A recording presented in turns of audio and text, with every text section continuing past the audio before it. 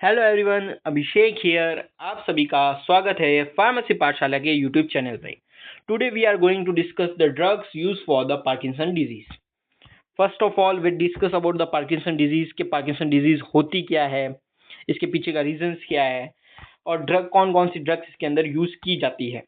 तो अगर हम बात करें पार्किंसन डिजीज के बारे में कि पार्किंसन डिजीज है क्या, तो पार्किंसन डिजीज एक एक्स्ट्रा पिरामिडल मोटर डिसऑर्डर है जिसको अगर कैरेक्टराइज किया जाना है तो बाय द ट्रिमर, हाइपोकेनिक्सिया, रिजिडिटी या पोस्ट इंस्टेबिलिटी से इसको आइडेंटिफाई किया जा सकता है। मोस्टली ओल्डर पीपल्स के अंदर होती है, जिनके अंदर आपने अगर ओल्ड पीपल्स को देखा होगा तो उनका पोस्चर जो होता है वो थोड़ा सा झुका हुआ रहता है एंड वो उनके हाथ ऐसे शेक करते रहते हैं, मतलब स्टेबल नहीं होते, तो उनको मेनली पार्किंसन डिजीज होती है।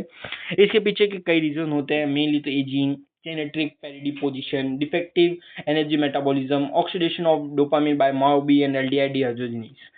अब अगर हम बात करें कि ये होता क्यों है, इसके पीछे का बेसिक रीजन क्या है, तो हमारा जो पार्किंसन होता है, पार्किंसन का मेन रीजन ये होता है कि जो हमारे बॉडी में डोपामिन होता है उसकी कंसंट्रेशन डिक्रीज हो जाती है ब्रेन के अंदर, और जो एसिटाइल कोलिन होता है ACH उसकी कंसंट्रेशन बढ़ जाती है, जिसकी वजह से ये पोस्चर चेंज हो जाता है, ट्रिमर जैसी कंडीशन आ जाती है। तो इसको रिजॉल्व करने के लिए हमारा मेन मोटिव यही रहता है कि हमें हमारे बॉडी के अंदर जो डोपामिन है उसकी कंसंट्रेशन को बढ़ाना है, ACH की कंसंट्रेशन को कम करना है और इन दोनों को बैलेंस में लाना है। D is equals to ACH, मतलब ऐसा आप कह सकते हैं, दोनों की कंसंट्रेशन को बैलेंस करना है ताकि इस डिजीज या डिसऑर्डर को कंट्रोल किया जा सके। अब बात करते हैं कि इसके अंदर कौन कौन से ड्रग यूज किए जाते हैं, इसके क्लासिफिकेशन के बारे में। इसमें मेनली 2 क्लास की ड्रग्स को यूज किया जाएगा। पहली जो डोपामिनर्जिक सिस्टम पे काम करेगी, दूसरी जो कोलिनर्जिक सिस्टम पे काम करेगी, क्योंकि हमारा मेन मोटिव डोपामिन को बढ़ाना और ACH को कम करना है।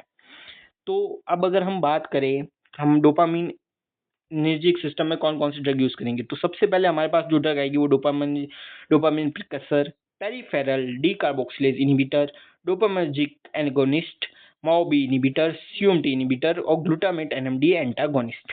वही अगर कोलिनर्जिक सिस्टम की बात की जाए तो यहाँ पे central anticholinergic drug and antihistaminic drug हम प्रीफर करेंगे।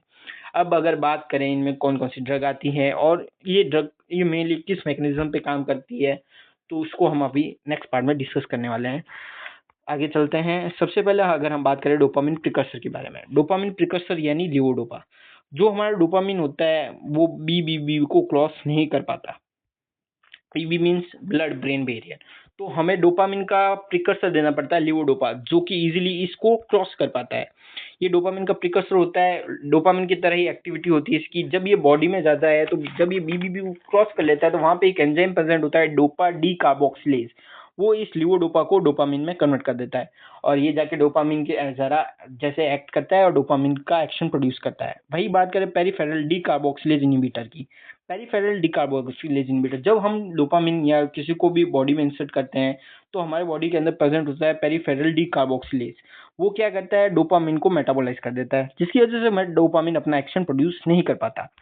तो उस पेरिफेरल डिकार्बोक्सिलेज को इनहिबिट करने के लिए हम मेनली 2 ड्रग्स यूज करते हैं, कार्बिडोपा और बेंसिसराइड। ये पेरिफेरल सिस्टम को क्रॉस नहीं कर पाते लेकिन डोपामिन के मेटाबॉलिज्म को कम करते हैं पेरिफेरली, जिसकी वजह से कंसंट्रेशन बढ़ती है और उसका एक्शन ज्यादा आता है। मेनली इसको लीवाडोपा के साथ कॉम्बिनेशन के अंदर दिया जाता है, लीवोडोपा और कार्बिडोपा को कॉम्बिनेशन में यूज किया जाता है। नेक्स्ट अगर बात करें डोपामिनर्जिक एगोनिस्ट की, ये जनरली डोपामिन के एगोनिस्ट होते हैं, डायरेक्टली डोपामिन के रिसेप्टर पर जाके बाइंड कर जाते हैं एंड अपना एक्शन प्रोड्यूस करते हैं। ये ड्रग्स कौन कौन सी है, ब्रोमोक्रिप्टिन, प्रोपिनिरॉल, पैरामीपेक्सोल। नेक्स्ट चलते हैं। नेक्स्ट हमारे पास आती है MAOB inhibitors, COMT inhibitors, glutamate antagonist, dopamine facilitator.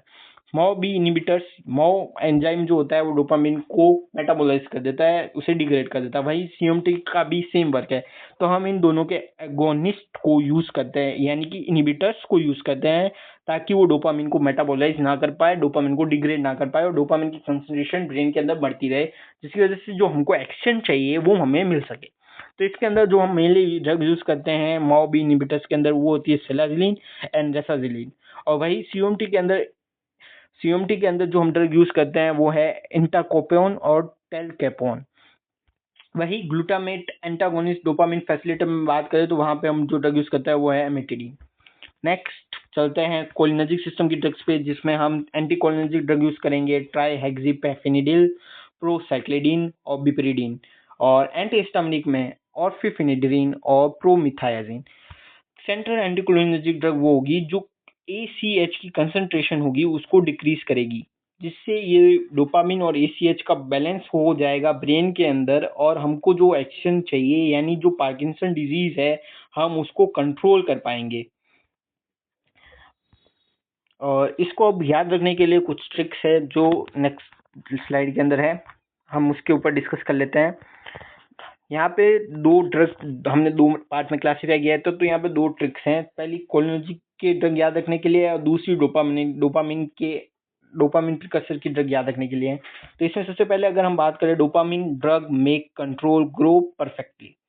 Dopamine से डोपामिन प्रिकर्सर, ड्रग से डोपामिनर्जिक एगोनिस्ट, एम से माओबी इनहिबिटर, सी से COMT इनहिबिटर, जी से ग्लूटामेट NMD एगोनिस्ट, ई से पेरिफेरल डी कार्बोक्सिलेज इनहिबिटर।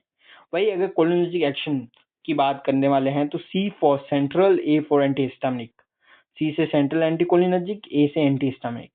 ये वाली क्लास की ड्रग हम मेनली यूज करते हैं इसके अंदर, और I hope you will understand. And बाकी का जो भी मैकेनिज्म एक्शन है ब्रॉडली हम इसके नेक्स्ट पार्ट में डिस्कस करेंगे। अगर आपको इसका नेक्स्ट पार्ट चाहिए तो प्लीज कमेंट करें। Thanks for watching.